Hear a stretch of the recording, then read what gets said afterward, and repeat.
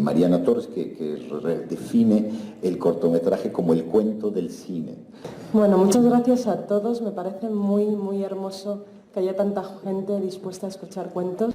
Y es el cuento central o uno de los centrales del libro y se llama Árbol, monstruo, niño, árbol. Dice así: aún no sabemos cómo Óscar llegó a comerse la semilla, ni llegamos a descubrir de dónde la sacó. Tenemos aún menos respuestas para explicarnos cómo pudo el árbol crecerle por dentro, germinar las semillas sin impedimentos, dijo el doctor, en la boca de su estómago, regada solamente por los jugos biliares del niño. Y es que a los 7 años, también nos dijo el doctor, los estómagos funcionan así de bien. El cuerpo de nuestro Óscar, aún era nuestro Óscar entonces, permitió que el árbol creciera, que las raíces se extendieran por los intestinos y que el tronco fuera estirándose delgado, ceremonioso, a lo largo del esófago hacia la boca, las ramas buscando la luz del sol. Lo que sí sabemos o queremos creer es que el árbol no pretendía hacerle ningún daño, que ese árbol monstruo, como lo llamo solas cuando me miro al espejo, aún avergonzada de lo que le hicimos, le amaba. De alguna forma, Óscar y el árbol monstruo eran una sola cosa, eran parte. Y así las ramas que le crecieron por la garganta nunca le atravesaron el pecho, sino que con paciencia se fueron haciendo hueco, siempre sin molestar, siempre sin dañar, aunque desde fuera pareciera lo contrario. No era un árbol al uso, con hojas y madera corriente. La madera del árbol monstruo era tan flexible como un músculo esquivo, de un color que se asemejaba a las vísceras. Las hojas eran finísimas y tan verdes como deben ser las hojas, pero solo hasta la mitad. Desde el peciolo estaban regadas por unos capilares microscópicos, que sin notarse apenas teñían la parte inferior de la hoja con un tono rojizo, como un atardecer. Tardamos bastante en darnos cuenta de todo esto porque a nuestro Óscar la invasión del árbol monstruo no parecía producirle más que alegría. Aquellos primeros días muchos de nosotros lo vimos hermoso y más saludable que nunca. El niño aburrido y enfermizo que era se convirtió en un niño espléndido, lleno de energía. No paraba quieto. Sus mejillas, habitualmente pálidas, estaban más que rosadas. Los ojos le brillaban como nunca. Es cierto que la piel, si le mirábamos a ciertas horas del día, tenía un leve tono verduzco, pero no quisimos preocuparnos por una amenidad de ese tipo. Fue el primero de nuestros errores. Tampoco quisimos obligarle a quitarse ese gorro que llevaba encajado en la cabeza, del que no se separaba ni para dormir y ya apestaba un poco a humedad. Interpretamos todo aquello como las rarezas habituales de un niño corriente. Descubrimos el árbol el día que Óscar abrió la boca para gritarnos y en lugar de un grito le salió una flor. Era una flor dorada y húmeda, aún pequeña y cerrada, como si tuviera miedo a abrirse. En cuanto Óscar se dio cuenta de que queríamos cortarla, cerró la boca y se negó a decir nada más hasta que no escondimos las tijeras de podar y nos alejamos a una distancia prudente. No volvió a abrir la boca.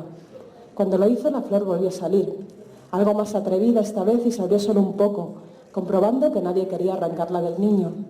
Ese mismo día, Óscar se quitó el gorro que llevaba semanas calzado a la cabeza, para mostrarnos las ramas que ya salían de las orejas, flexibles y jóvenes, con brotes de hojas nuevas. Necesitan luz. Es todo lo que nos dijo, toda la explicación que nos dio. Sacudió la cabeza feliz de poder agitar sus ramas sin pudor. Nosotros estábamos tan sorprendidos que debimos incluso dejar de respirar. Algunos de nosotros vomitamos, los demás nos echamos a llorar. Óscar fue consolándonos a todos como si de repente los papeles se hubieran invertido y nosotros fuéramos los niños a los que había que cuidar. Sobre todo nos hizo prometer que nunca, pasara lo que pasara, le llevaríamos a ver a ningún médico, que nunca ningún doctor lo examinaría. Desde el descubrimiento del árbol, algunas de nuestras costumbres cambiaron. Los horarios, por ejemplo, las horas de luz eran tan necesarias para Óscar que aprendimos a repartir los paseos al exterior para que el niño siempre estuviera acompañado de un adulto. A veces uno de nosotros sorprendía a Óscar acariciándose suavemente el estómago. Nunca se quejó de ningún dolor y hasta hoy nos preguntamos si por miedo a una posible visita al médico o porque era un dolor de esos tan intrínsecos a la vida que llegan a fascinar y sufrirse por partes iguales. En los siguientes meses el árbol creció muchísimo, más de 1 metro por encima de su cabeza. El gorro, perdido ya en la parte más alta del árbol, debió llegar a albergar un nido de pájaros. El niño incluso tenía que doblarse para entrar en su habitación, a pesar de las ramas y las hojas y todo lo que no podíamos ver a causa de la altura. Aquello no parecía pesarle a Óscar. Nunca llegamos a entender esa simbiosis, era solo como si el mundo se le hubiera hecho de repente más pequeño. Por las noches entrábamos a su habitación sin que nos viera, para observarlo mientras dormía. Nos llegó a gustar asistir a ese momento previo al sueño profundo, cuando las flores cerradas salían de su boca y se acomodaban a ambos lados de la cabeza de Óscar, abrazando y protegiendo. Si el niño era víctima de un mal sueño y se movía agitado, enseguida una de las flores se despertaba para acariciarle la mejilla, calmándolo. También éramos testigos de cómo todas las noches,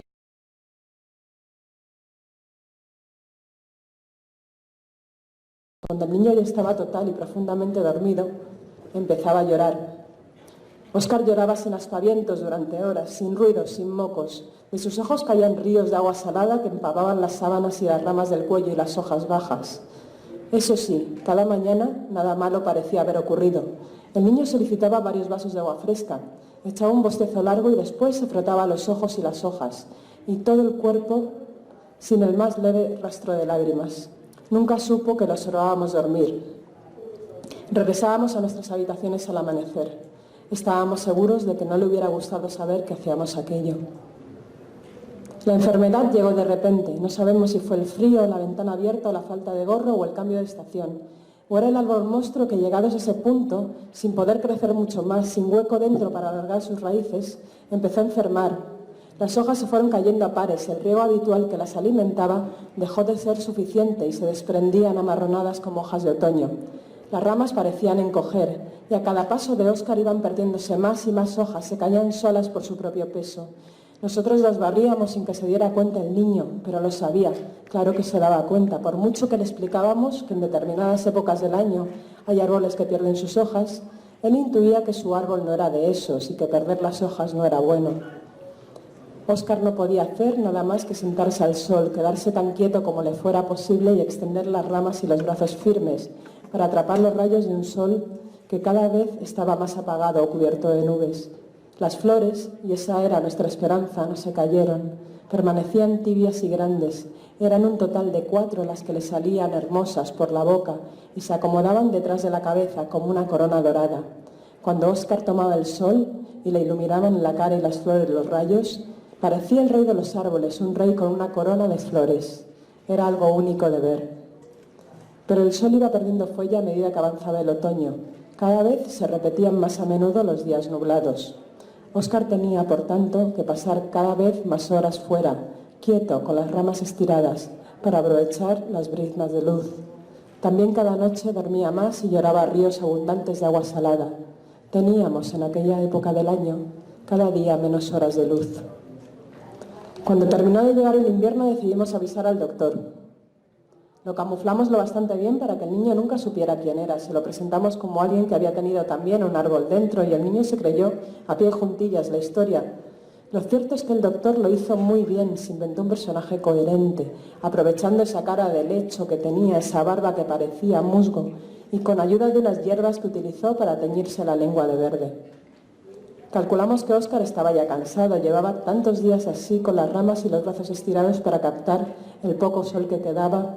Estábamos seguros de que deseaba volver a ser como los demás niños, que no podía con la carga de un árbol ya tan grande y tan enfermo. O tal vez fue un error querer convertirlo en uno de los nuestros, ¿cómo saberlo? Aún así lo hicimos, éramos los adultos. El doctor falso árbol le contó cómo extraer la planta sin que ninguno de los dos sufriera. Se basó en su experiencia, con lujo de detalles nos contó cómo lo había conseguido él. Incluso le enseñó al niño fotos de su supuesto árbol, creciendo ahora feliz en las orillas de un río, alto y frondoso como cualquier otro. El doctor le contó a Óscar que su árbol con los años llegó a dar frutos y alimentar a una familia entera. El niño escuchaba todo con el ahínco de que era capaz. No le quedaban ya fuerzas ni para hablar, pero le brillaban inmensamente los ojos mientras acariciaba las ramas y los brazos y las flores doradas. Así que esa misma noche, antes de dormir, Óscar nos dejó podarle. Con toda la delicadeza de la que fuimos capaces, cortamos sus ramas, con sumo cuidado de no quebrar los brotes de las ramas altas, unos brotes hermosos que podían conservarse en agua para tal vez generar unas hojas nuevas. Le podamos despacio entre todos. Óscar no dejaba de temblar. 2 de nosotros le sujetábamos las manos y otros 2 le secábamos las lágrimas que le caían al suelo a goterones desde la nariz. El niño se quedó blanco cuando para terminar le cortamos las flores de la boca y se las pusimos en las manos. Las tomó con respeto y las depositó en agua junto a las ramas. Las flores permanecían aún erectas y bellas, igual de doradas que siempre. Le abrazamos entre todos, por fin sin clavarnos las ramas. ¡Qué alegría! Le subimos un palmo del suelo, después a dos, conseguimos incluso levantarle entre todos nosotros. Óscar intentaba reír, pero de la boca le salía algo más parecido a un sonido gutural, una especie de eructo de madera. Era tan agradable poder abrazar a Óscar sin pincharse con una rama que no pensábamos en otra cosa. ¿Cómo lo habíamos echado de menos? Se tomó sin rechistar el brebaje que le había preparado el doctor Falso Árbol para expulsar cuanto antes y lo más enteras posibles las raíces de sus intestinos. Nos fuimos a dormir.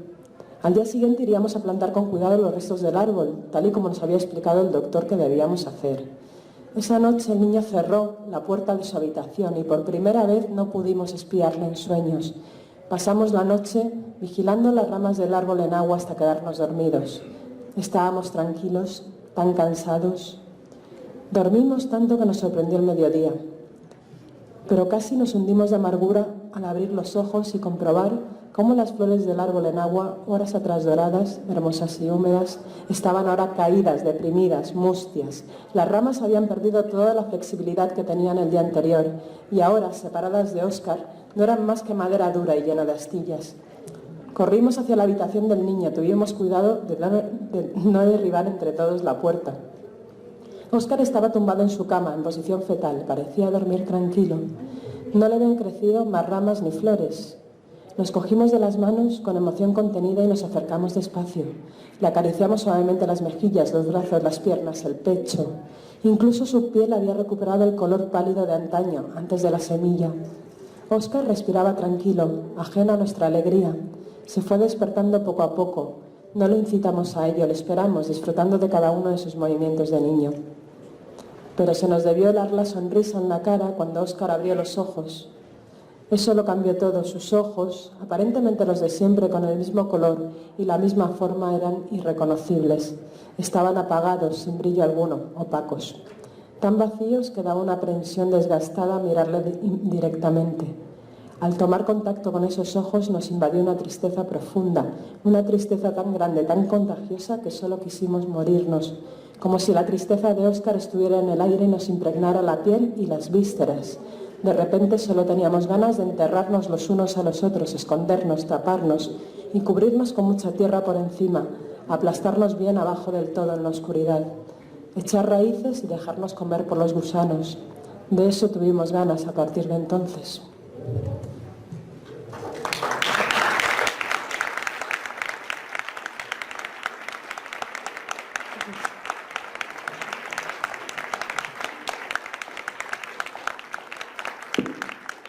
Este es el libro y se consigue en el stand de Colofón.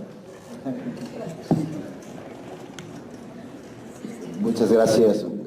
Bueno, desde luego, muchas gracias, Bernardo, por esa consideración. Muchas gracias. Mariana.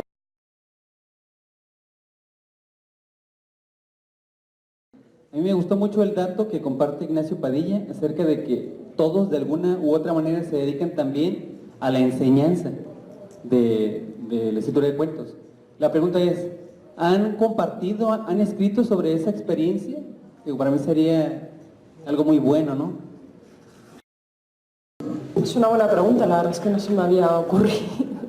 A ver, yo sí que he escrito algo sobre la experiencia de las clases. En mi blog sí que hay algunas entradas sobre eso, en mi antiguo blog que se llama Otras Hierbas, que es mi usuario en Twitter. Y alguna cosita sí que hay, ¿no? Pero al final siempre que empiezo a escribir algo, una experiencia que he tenido en clase, una anécdota, a mí me sale un texto como para explicar alguna cosa, ¿no? Cómo funciona un conflicto. O sea, siempre lo llevo a una explicación más teórica de cómo han salido las cosas, ¿no? Pero sí sería bueno hacer una especie de crónicas de las clases. Ahora que lo has dicho, creo que es mi propuesta para este año, no me parece mala idea. Voy a dedicártela después. No, pero es muy buena idea y es muy bonito. Gracias.